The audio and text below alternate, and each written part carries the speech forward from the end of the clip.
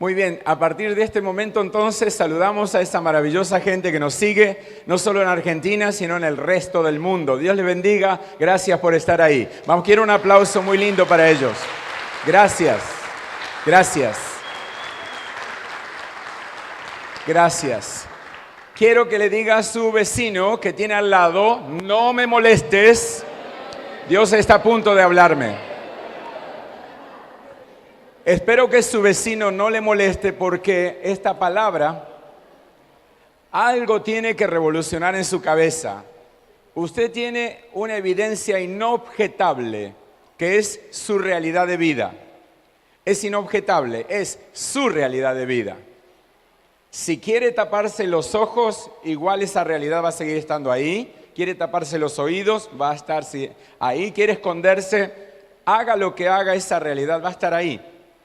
Entonces, si no escuchamos a Dios que nos quiere dar herramientas para poder resolver situaciones difíciles, entonces no hay ninguna oración que funcione, no hay nada que pueda sacarte de ese estado y aún siquiera cambiar esa realidad.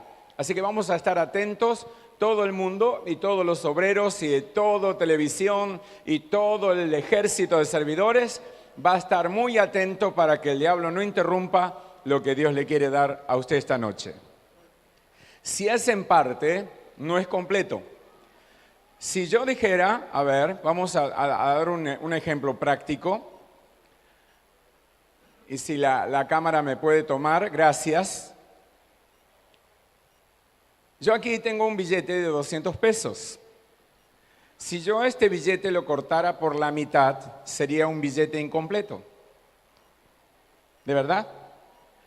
Así que le doy la mitad del billete a usted y no va a poder hacer demasiado, o yo diría, no va a poder hacer nada, porque a usted le falta la otra mitad. Ese billete no está completo, así sea que le faltara solo un cuarto. De todas maneras, no está completo. Necesito que todo el mundo preste atención. Si su fe no es completa, usted va a tener solamente lo que ese espacio o poco de fe le alcanza para tener.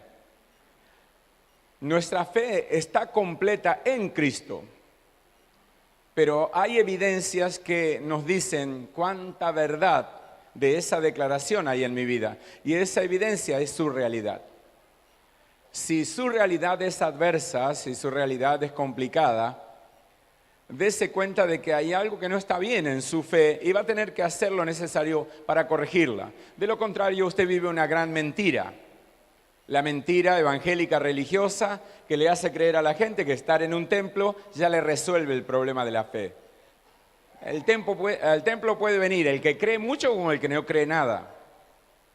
El tema es cómo vivís tu vida de fe fuera de las cuatro paredes del templo, fuera de la vista de aquellos que decimos practicar fe. Así que esto le va a servir de mucho porque si es en parte, no es completo. Lo dice conmigo, si es en parte, no es completo. Y vamos a ir a la Biblia en 1 Corintios capítulo 13, versículo 1 al 13. Si yo hablase lenguas humanas y angélicas y no tengo amor, vengo a ser como metal que resuena o címbalo que retiñe. Y si tuviese profecía y entendiese todos los misterios y toda ciencia, y si tuviese toda la fe de tal manera que trasladase los montes y no tengo amor, nada soy. Y si repartiese todos mis bienes para dar de comer a los pobres, y si entregase mi cuerpo para ser quemado y no tengo amor, de nada me sirve. El amor es sufrido, el amor es benigno, el amor no tiene envidia, el amor no es jactancioso, no se envanece, no hace nada indebido, no busca lo suyo, no se irrita, no guarda rencor, no se goza de la injusticia, mas se goza de la verdad. Todo lo sufre, todo lo cree, todo lo espera, todo lo soporta. El amor nunca deja de ser, pero las profecías se acabarán y cesarán las lenguas y la ciencia acabará. Porque en parte conocemos y en parte profetizamos. Mas cuando venga lo perfecto, entonces lo que es en parte se acabará. Cuando yo era niño, hablaba como niño, pensaba como niño, juzgaba como niño. Mas cuando ya fui hombre, dejé lo que era de niño. Ahora vemos por espejo oscuramente más, entonces le veremos cara a cara. Ahora conozco en parte, pero entonces conoceré como fui conocido. Ahora permanecen la fe, la esperanza y el amor, estos tres, pero el mayor de ellos es el amor. Quiero que dé palmas de honra a la palabra.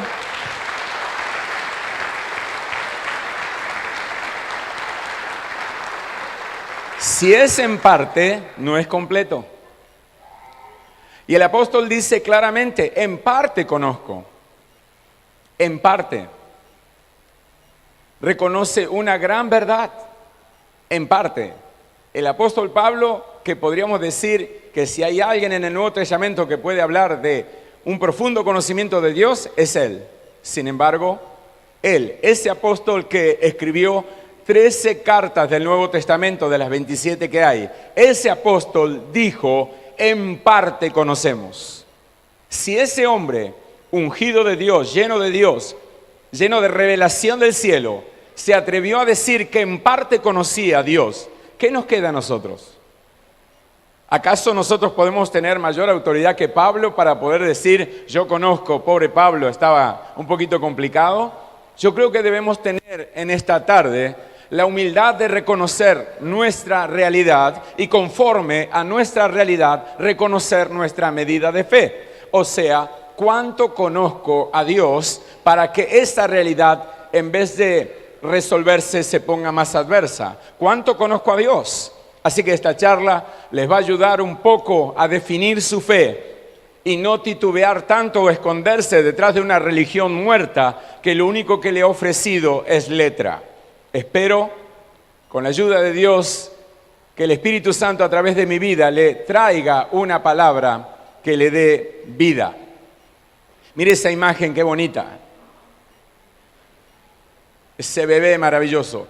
La debilidad del hombre es creer que sabe lo que en realidad ignora. ¿Por qué? Porque ahora conocemos en parte. Que usted conozca la Biblia no significa que conozca la palabra. Que usted conozca qué sucedió con Cristo no significa que usted comprenda realmente lo que pasó con Él. Así que en parte conocemos y debemos tener la humildad delante de Dios de saber que no es suficiente.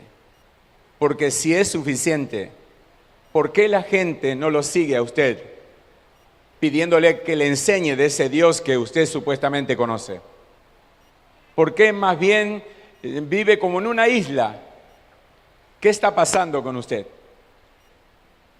Lo que pasa con la mayoría es que cree algo que en realidad ignora. Mire, conocer en parte es el principio del conocimiento. No es inútil, pero es el principio. Diga, es el principio. Es como aquel que quiere estudiar abogacía, por decir una carrera, o ingeniería, por decir otra, y cursa el primer año y ya con eso dice, no voy más, listo, ya está. Ya entiendo los principios básicos de la ingeniería o de la abogacía, listo, no. ¿Y por eso merece el título? Ciertamente que no. Puede tener mucha capacidad, mucho de lo que quiera, pero hasta que no curse todo el programa, no va a tener su título. O sea, va a vivir una mentira y va a perder el tiempo. Conocer en parte es el principio. La mayoría ha llegado a Jesús, pero se ha quedado en el principio. No conocen la profundidad de Dios porque o nunca los empujaron a conocerla, o hay muchos manipuladores que prefieren que usted se quede en la orilla, porque es muy fácil manipular a una persona cuando no desarrolla una vida de fe real. Ahora, cuando una persona desarrolla vida de fe, conoce a Dios y sabe lo que el hombre puede hacer. Pero cuando no conoce al Señor, el hombre le puede manipular fácilmente. Entonces, conocer en parte, es el principio del conocimiento. Ahora, ese no es el problema. El problema es quedarse con lo poco que se sabe o se conoce, pues eso no será suficiente para sustentarte. Cuando aparecen las adversidades de la vida, se pone en evidencia, se pone a prueba si tu conocimiento es real o es una mentira. Acá cualquiera dice yo tengo fe. Acá cualquiera dice no hay problema, diablo, fuera. Aquí cualquiera lo dice. Ahora, cuando estás pasando tu adversidad, te quiero ver si seguís en la misma postura. ¿Se enferma alguien? ¿Hay un accidente? ¿Tenés un problema económico? ¿Tenés un problema de familia? ¿A dónde salís corriendo cuando estas cosas ocurren? Eso pone en evidencia tu conocimiento de Dios. Por eso es que la realidad es inobjetable y tu realidad no la vas a poder tapar con ningún manto religioso porque te va a pegar duramente. Es mejor confrontar la realidad para cambiarla y no contemplar la realidad para amargarse. Hay gente que vive de amargura en amargura por cosas que no le salen. Y no le salen no porque sea mala gente ni nada por el estilo. No, no le salen porque no toman acciones, no toman decisiones por la falta de conocimiento de Dios. El Señor le dijo a la samaritana, si conocieras quién es el que te dice dame de beber, tú le pedirías y él te daría agua viva. O sea, la samaritana conocía mucho de las costumbres judías porque le dijo, si judíos y samaritanos no se tratan entre sí, yo no sé por qué vos me pedís a mí agua. O sea, esta mujer no estaba errada en su conocimiento, pero ese conocimiento era muy superficial a la realidad del Mesías que estaban esperando. ¿Qué estás esperando? ¿Que venga otro Cristo para que de pronto se te ilumine la vida y las cosas te cambien? Cristo ya vino. Necesitamos revelación de Cristo, porque a Cristo no se lo conoce por información, se lo conoce por revelación. Ahora, yo le voy a enseñar algo bien práctico en esta tarde. Mire esa imagen, qué bonita. Es el Jesús con barba. Lo que conocemos nos da autoridad para hablar de Dios hasta ese punto. Ir más allá significa improvisar. Por eso puse la imagen de la guitarra. ¿Por qué? Porque para poder improvisar hay que saber tonos nada más. Y ahí salen improvisando. Y hay gente que no conoce a Dios, pero habla mucho de Dios. Y yo no entiendo cómo es posible que puedan hablar tanto conociendo tan poco. Y ahí es donde la realidad se pone en evidencia. O sea, ¿cómo vas a resolver o ayudar a resolver el problema en la vida de una persona cuando vos mismo no tenés una experiencia real con el Dios que puede ayudar a resolver esas situaciones? Necesitamos ser cristianos verdaderos, hijos genuinos del reino de Dios y estar a la altura de lo que en verdad conocemos y no de lo que en verdad pensamos. Yo puedo pensar muchas cosas acerca de Dios, pero en realidad conocer muy poco. Y este mensaje apunta a que conozcas en profundidad al único que puede ayudarte en esta vida y en la venidera. Mire un poco más. Los resultados de mi vida de fe ponen en evidencia cuál es la dimensión de fe que tengo. Yo puedo recitar Biblia, todo lo puedo en Cristo que me fortalece, amén, todo lo puedo en Cristo, es bíblico, sí es bíblico, pero que sea bíblico no significa que sea una realidad en tu vida. La Biblia enseña por el apóstol acerca de la verdad presente. Hay verdades bíblicas que no son verdades presentes, son bíblicas pero no son presentes. Por ejemplo, le dijo a Moisés, extiende tu vara y divide el mar. Es una verdad bíblica. Pero yo no me veo en la escollera o en la playa con un palo para dividir el mar, porque no tiene ningún sentido. Pero hay una verdad bíblica, pero no es presente, porque era para ese momento. Y cuando usted lo ve al apóstol declarar, todo lo puedo en Cristo que me fortalece, él está hablando de una experiencia de haber aprendido a contentarse cualquiera sea su situación.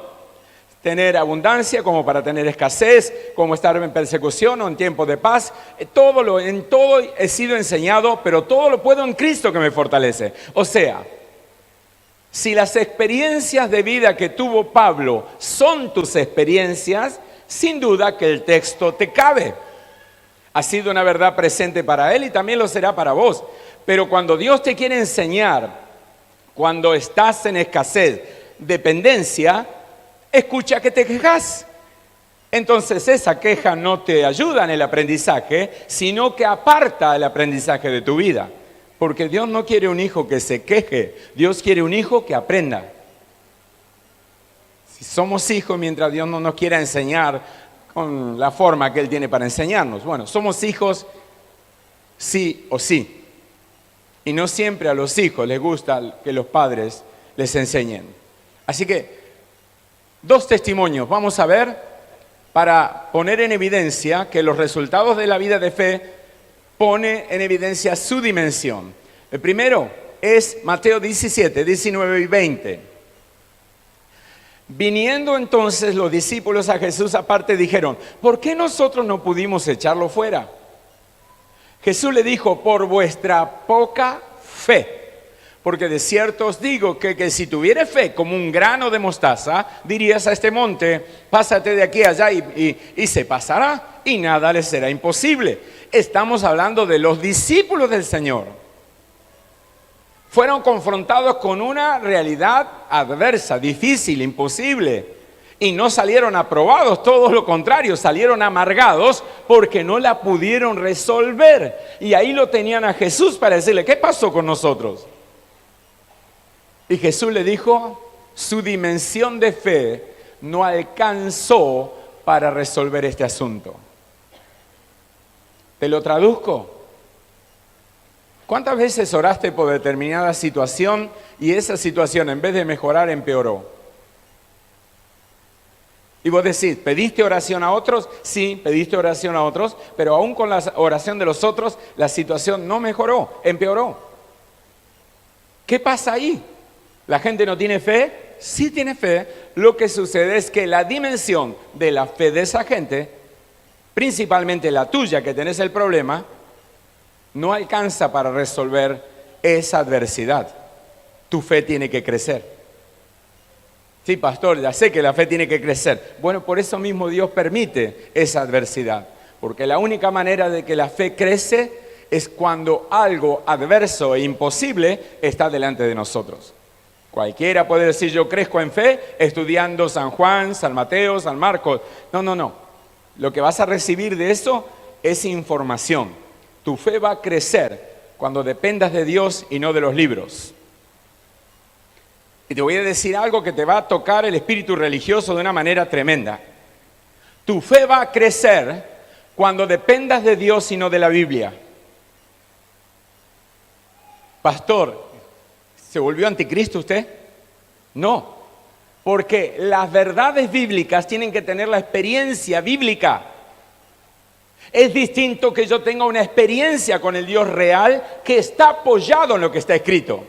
O sea, no es que la Biblia no sirve. No, yo no puedo levantar el Salmo 91 o el Salmo 23, Jehová mi pastor, nada me faltará, y que habita al abrigo del Altísimo. O sea, declarar verdades bíblicas para arriba y para abajo y mi realidad no cambia. Hay un problema ahí. Es que estoy escondiéndome en lo que la Biblia dice, pero en realidad me estoy escondiendo de la presencia de Dios. Dios no quiere que uses tu Biblia como un escudo para que te escondas detrás de Él. Dios quiere que uses la Biblia como la palabra que sale de la boca de Dios, la espada que corta para arriba y para abajo.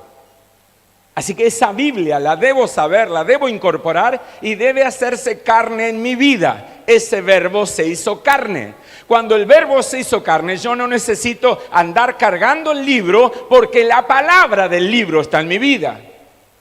Entonces no tengo una experiencia intelectual, tengo una experiencia espiritual, porque donde quiera que esté, el diablo va a aparecer y me va a decir: te voy a amargar, te voy a arruinar, te voy a destruir. Y yo no le puedo decir: espera que voy a buscar la Biblia. Le tengo que decir: en el nombre de Jesús, que es creador de los cielos y la tierra, te ordeno fuera de mi vida, fuera de mi casa, fuera de mi familia. Yo no sé si lo están entendiendo. No tenemos que aprender Biblia, pastor, todo lo contrario, la tenés que saber de Génesis y Apocalipsis. Pero más que aprender la Biblia, tenés que aprender a experimentar la palabra.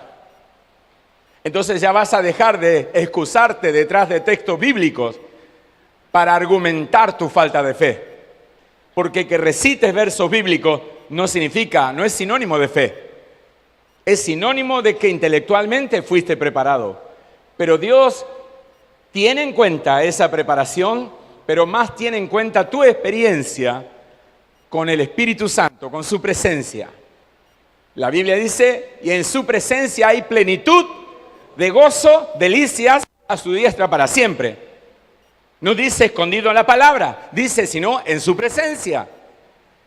Y esto es lo que más le cuesta al evangélico: confrontarse con la verdad de su fe, porque supuestamente tiene muchos versículos que argumentan que él está practicando o ella está practicando como debe la fe. Mire, hermano, si sus realidades no cambian con todo lo que usted sabe le sirve para poco y nada. Vamos a esto. Segundo ejemplo, Lucas 5, 4 al 10.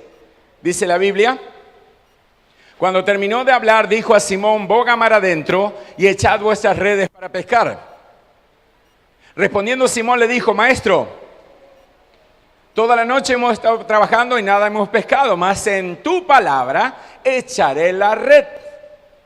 No le dijo al Señor: tráeme la Torá que voy a No dijo eso, dijo: en tu palabra echaré la red. Porque Cristo ordenó: echad vuestras redes para pescar, punto. No le dio un curso de lo que dice la Septuaginta, ni tampoco la Torá. Simplemente soltó la palabra rema, la que sale de la boca de Dios. Y habiendo hecho esto, encerraron gran cantidad de peces y su red se rompía. Entonces hicieron señas a los compañeros que estaban en la otra barca para que viniesen a ayudarlos, y vinieron y llenaron ambas barcas de tal manera que se hundían. Viendo esto, Simón Pedro cayó de rodillas ante Jesús diciendo: apártate de mí, Señor, porque soy hombre pecador. Porque por la pesca que habían hecho, el temor se había apoderado de él y de todos los que estaban con él. Y asimismo de Jacobo y Juan, hijo de Zebedeo, que eran compañeros de Simón. Pero Jesús dijo a Simón: no temas, no temas. Desde ahora en adelante serás pescador de hombres. Desde ahora en adelante, no te preocupes. Tu nivel de fe trajo como resultado decepción. Toda la noche hemos pescado y no sacamos nada. Tu nivel de fe hizo que te fueras a pescar, se esforzaran y no lograran sacar ni una anchoita. Pero por cuanto obedeciste a mi palabra, usaste mi fe, tu fe creció y encerraron gran cantidad de peces. Significa que si tu fe no alcanza, hay un solo lugar donde hay una fuente de fe inagotable, se llama Jesús de Nazaret. Es el único que tiene toda la fe para darte lo que a vos necesitas. Bendito sea Dios. Escuche esto. Pablo conocía, y por lo que conocía actuaba, y lo que hacía era impulsado por su celo religioso, hasta que Cristo le fue revelado. Pablo conocía, y mucho conocía, pero lo que hacía era el celo religioso. ¿Ves? Esto acá no se hace como allá. Y ahí renegaba, perseguía a los cristianos, se encerraba, hasta que Cristo le fue revelado. Mire esto, la revelación del Señor llevó a Pablo a reconocer que nada conocía de aquello que necesitaba conocer, que esa revelación le daría sentido a su vida. Y ese conocimiento lo convertiría en el hombre que llevó el evangelio del reino a más lugares que ninguno. ¿Por qué insisto que usted escuche atentamente la palabra? Porque si usted no tiene ganas de hacer nada, esta palabra no es para usted. Es chino básico. Ahora, si usted tiene el deseo en su corazón de que esta ciudad conozca a Jesús, que este país conozca a Jesús, usted debe ser ese Pablo que dice: Señor, yo te he conocido por información, ahora necesito conocerte por revelación, porque no voy a parar de hablar la verdad y dar a conocer tu nombre. Yo no sé cuántas almas, cuántas personas vas a alcanzar, pero sí, lo único que sé es que la vagancia, lo único que genera vagos. Las personas que no quieren escuchar la palabra de Dios porque los compromete, se convierten en enemigos de la cruz.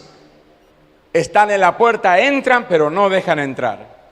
Y se escudan bajo conocimiento bíblico, que no es diabólico. No, se hace diabólico cuando se usa como argumento para no obedecer aquello que Dios nos demanda. Mire esto, por favor. Pablo, en más lugares que ninguno. Si aún lo conocido es difícil de aprender, ¿cuánto más será lo que solo se puede conocer por revelación? La gente se pregunta, bueno, ¿qué es revelación? ¿Quieres saber lo que es revelación? Bueno, vaya a la costa. Aquí tenemos un hermoso mar. Vaya a la costa. Y fíjese, ahí en la costa, a unos 500 metros de la costa, fíjese en la profundidad. ¿Qué es lo que está escondido en ese lugar? ¿Qué profundidad tiene el mar ahí? ¿Cuántos barcos puede haber hundidos? ¿Cuántos tesoros hay escondidos? Y usted me va a decir, pastor, me está haciendo una broma, ¿verdad? No. ¿Querés saber lo que es revelación? Vas a tener que salir de esa superficie que se ve e introducirte a lo que no se ve. Y esto es lo que te hace un verdadero hijo de Dios. Que Dios puede darte lo que está disponible para todos, pero no todos lo quieren recibir. Mire esto, por favor. Te voy a dar un poquito más ahí. Ahora voy a la otra filmina. La mayoría de los que está acá ha tenido o tendrá un problema. Yo no sé la dimensión de ese problema, llámese familiar, económico, lo que fuere. Lo que tenés delante de tus ojos es la superficie llamada problema, dificultad o lo que fuere. Si tuvieras revelación, te darías cuenta cómo se generó y cómo se puede resolver. Pero como no tenés revelación, buscas la oración de alguien que haga lo que vos tenés que hacer. Tenés que aprender a resolver esas situaciones de vida porque vos no podés capitalizar a otros con tu problema. Tu problema es para tu capital, para que aprendas algo que te va a servir para el resto de tu vida. En cambio, cuando vos pones ese problema en las manos de otro, otro puede orar y las cosas se pueden resolver. Y esa persona va a tomar tu capital, o sea, lo que vos deberías haber tomado buscando la revelación del para qué ocurre lo que te ocurrió. Pero es más fácil pedir oración. ¿Por qué? Porque que otro haga lo que vos no tenés mucho interés de hacer. Quédate tranquilo, mañana va a haber otro problema y vas a tener que buscar otro más para que pueda orar por tu vida. Cambia ahí arriba. Las diferencias. Lo escrito solo puede mostrar la superficie de una verdad profunda. O sea, la Biblia. ¿Dónde hay una Biblia? ¿Dónde hay una Biblia? Lo escrito solo puede mostrar la superficie de una verdad profunda. ¿Lo que está escrito es verdad? Sí, pero solo es la superficie. Más importante de aquello que se ve es lo que está oculto, lo que no se ve y solo se puede ver por revelación.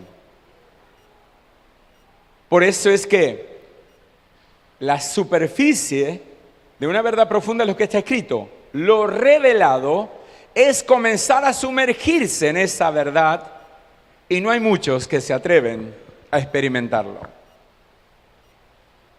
Un líder de hogar, un líder de célula, no puede darse el lujo de ser simplemente bíblico. Tiene que ser bíblico y espiritual. Porque la gente que vino a su célula trae distinta temática de problemas y no siempre lo que está escrito es lo que da la interpretación del problema. Pero sí es la base para profundizar en el Espíritu y por el Espíritu sacar la palabra que le va a dar dirección a esa persona de cómo resolver su problema. Entonces, si usted quiere la superficie, no haga nada porque ya está en la superficie.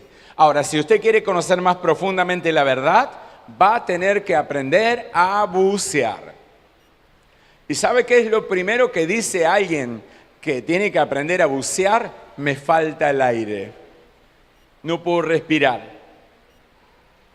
No puedo respirar. ¿Y por qué hay gente que ni aún siquiera estando en debajo del agua tampoco puede respirar? La gente que tiene asma, ¿acaso pueden respirar con libertad? No, no pueden respirar. Tienen que andar por el POX para ver si pueden darle un poquito más de oxígeno. ¿Qué es esa evidencia de que si hay problema en la superficie, ni qué pensar, esa persona no puede sumergirse? Dios quiere que cambies tu actitud. Diga, debo cambiar mi actitud. Porque Dios te preparó desde antes de la fundación del mundo para darte a conocer, escuche esto, los misterios escondidos, los secretos muy guardados. Oiga, por favor, esto no es para alguno quizás de pronto, es para los hijos. Porque hay cosas que no te van a dar porque leas la Biblia. Esas cosas Dios te las quiere revelar y vas a encontrar en la Escritura que te está apoyando lo que Dios te dio para no confundirte. Dios no anula nunca su palabra. Dios confirma por la palabra. Pero usted tiene que aprender a bucear. De lo contrario, no va a lograr soluciones a largo plazo. Y esto es lo más grave que le puede pasar. El proceso de ir por más, debemos decidir como punto de partida, tomar dimensión de la extraordinaria grandeza de Dios. Diga conmigo, tomar dimensión de la extraordinaria grandeza de Dios. La canción que cantamos es Si mi Dios es real, real en mi ser. Bueno, ahora va a escuchar y va a ver cuán real es su Dios. Y se va a dar cuenta que puede ser un pobre enano que lo está acompañando como Dios cuando en realidad no tiene nada de Dios. Pero usted tiene que ser honesto. Mire esto. Número 1, la dimensión de la omnipotencia de Dios significa poder absoluto sobre todas las cosas. Otra vez. Esta es la dimensión de la extraordinaria grandeza de Dios. Su omnipotencia significa poder absoluto sobre todas las cosas. ¿Qué otra cosa más? Debo conocer la omnipresencia de Dios, que es el poder de estar presente en todo lugar. Y tercero, debo conocer la omnisciencia, poder absoluto de saber las cosas que han sido, que son y que vendrán. ¿Cuánto de eso conoce usted? ¿Puede cantar Mi Dios es real? Porque la letra no es tan difícil. Pero esa letra tiene sentido cuando de verdad es real para usted. De lo contrario, usted canta una buena canción, pero una gran mentira de vida porque usted no lo experimenta. Entonces, ¿qué tipo de Dios es ese al cual usted no conoce? Mire un poco más, por favor. Debemos confrontarnos con los resultados de la fe que vivimos. Dígale al vecino que se está durmiendo. tenés que confrontarte con los resultados de la fe que vivís. Debe confrontarse. Mire esto, por favor. Si el Dios que todo lo puede, el Todopoderoso, es mi Dios, ¿cómo es posible que en mi vocabulario esté la palabra no puedo? ¿Cómo es posible? Si supuestamente ese Dios es el Todopoderoso, ¿cómo en la boca del Hijo de ese Dios puede estar la palabra no puedo? Pero sin embargo, en la boca de muchos cristianos, tenés que dejar el vicio, no puedo. Tenés que dejar la mala palabra, no puedo. Tenés que dejar la mala junta, no puedo. No puedo. Tenés que cambiar ese carácter podrido que tenés. No puedo.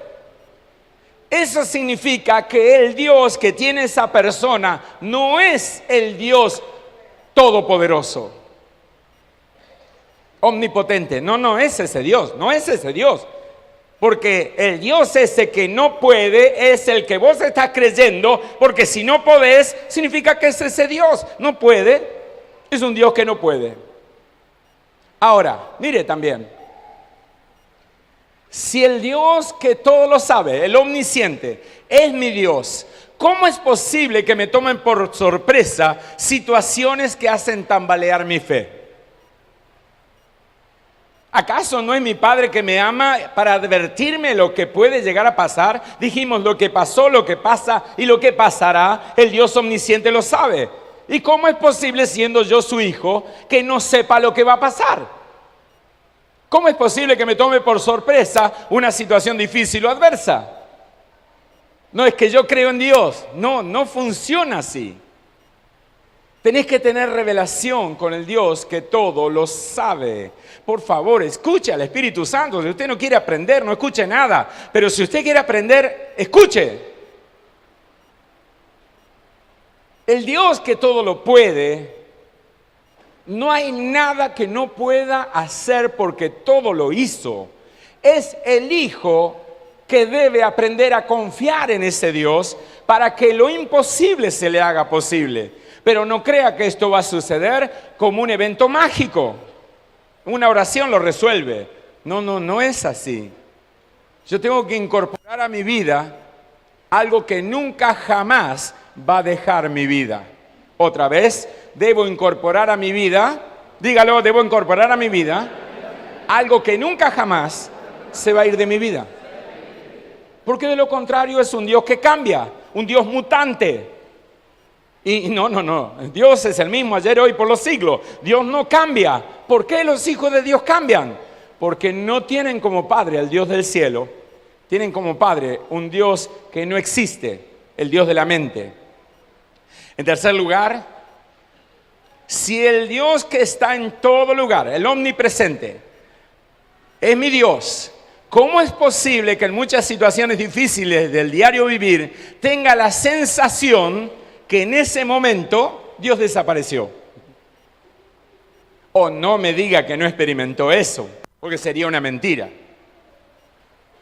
Todos lo hemos experimentado en algún momento, todos. En algún momento de la vida nos hemos sentido abandonados por Dios. ¿Dónde está Dios? ¿Dónde está? ¿Qué pasa acá? Yo creo, yo diezmo, yo ofrendo, yo estoy en la iglesia, canto y todo el rollo. Pero ¿dónde está Dios ahora? En el mismo lugar que siempre. Dios no cambia, yo sí cambio. Ese cambio que se produce en mi vida es el cambio que produce, es un distinto Dios. Mire esto, por favor. Un punto de partida para crecer en el conocimiento de Dios requiere de una profunda y sincera humildad. El orgulloso dice, no es tan así. Pénsalo como quieras. La realidad te va a enseñar a su manera. Pénsalo como quieras. Pero el humilde dice, de verdad, yo reconozco que no he podido resolver situaciones adversas, difíciles. Así que necesito que Dios me enseñe. Sincera y profunda humildad. Reconocer que nunca es suficiente lo que conozco y que Dios tiene más para revelarme. ¿O acaso Dios ya cumplió el libro con vos, ya está, listo, ya no hay más nada? Pero muchas personas actúan así. Y eso es lo extraño. Que las personas actúen como que ya tienen la vida cristiana hecha. Actúa como quieras. Las cosas no van a cambiar si tu Dios no es real. Y vas a vivir pidiendo oración, vas a vivir amargándote la vida, vas a vivir como un evangélico mediocre. ¿Por qué? Porque el único que cambia las realidades de la vida es un Dios real. Y ese Dios real demanda fe real. Tu fe no puede ser una mentira. Llegarás tan lejos como el conocimiento de Dios te lo permita. Cuanto más le conozca, más confianza. Cuanto más confianza, más seguridad. Dios no falla. El Dios en que yo amo y creo, Dios no falla. Yo no puedo esperar en la gente que falla. La gente es lamentablemente muy cambiante. Hoy te dice que sí, mañana te dice ni y pasado te dice no. ¿Por qué? Porque la gente cambia, la gente se deja llevar por los aires que hay en el momento. Pero el Hijo de Dios tiene una sola palabra, es sí o es no. Mire esto, tus topes no los pone el diablo, sino el deseo de que Dios te revele lo que tú no conoces. Tu tope va a ser lo que vos desees. Si vos decís está bien, ese es tu tope. Si vos decís quiero más, no hay tope. Vas a seguir, vas a seguir, vas a seguir, te vas a esforzar, te va a costar, a nadie lo va a entender. No te preocupes por él. ¿Qué dirán? Vos vas a tener algo que los demás van a querer después. O sea, si escuchamos al qué dirán, vamos a unirnos al lamento y el clamor de la multitud. Pero si escuchamos a Dios, nos vamos a meter en la profundidad y ahí están los tesoros escondidos, los secretos muy guardados, y yo voy a sacarlos y voy a mostrar que confiar en Dios es lo más extraordinario que me ha podido pasar.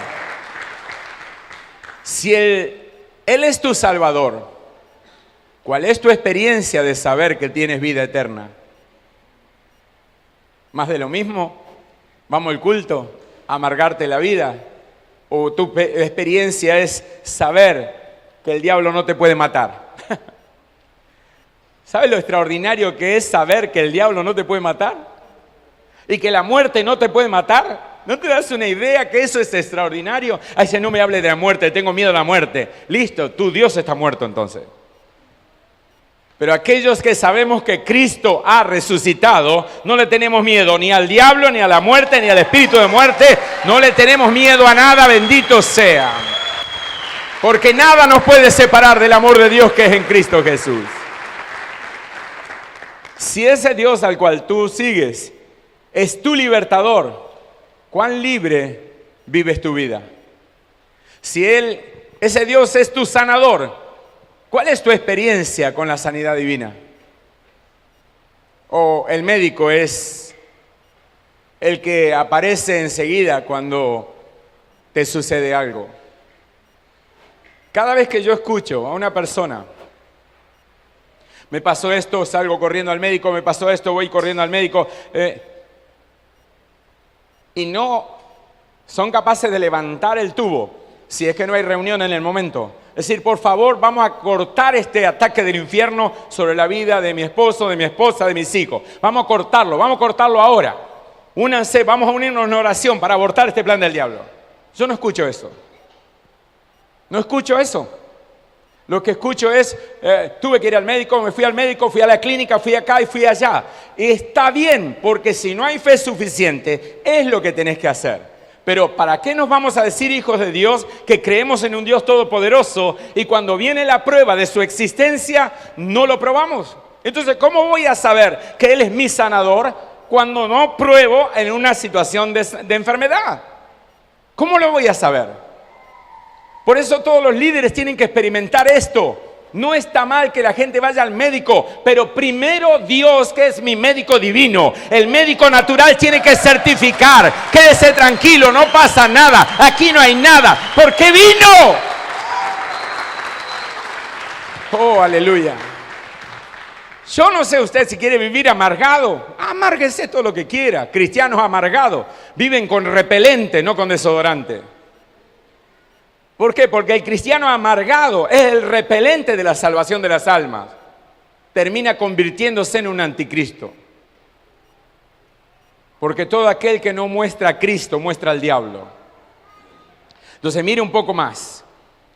Si ese Dios es tu proveedor, ¿cuál es tu experiencia de provisión para tus necesidades?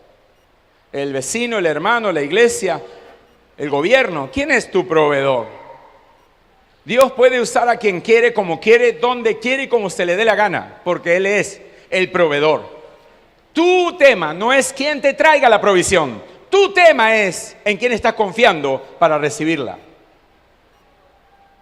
El Señor dice: clama a mí y yo y te enseñaré cosas grandes y ocultas que tú no conoces. ¿Qué son esas cosas grandes y ocultas? Es que vos en otro momento correrías a la sociedad de fomento, al gobierno, no sé qué. Pero cuando escuchaste que Dios es real, vos te metés, encerrás con Dios y decís: Señor, no puede tu hijo pasar vergüenza delante de los inconversos. Envía ahora el recurso, envía ahora tu sustento.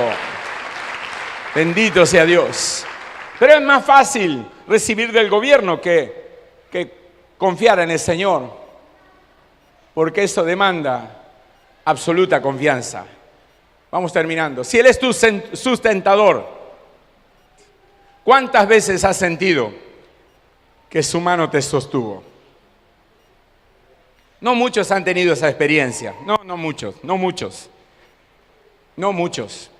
Pero aquellos que la han tenido no cambian por nada su confianza en Cristo. ¿Por qué? Porque si Dios lo hace una vez, puede hacerlo otra vez y otra vez y otra vez y cuantas veces sea necesaria. Yo no sé si están escuchando.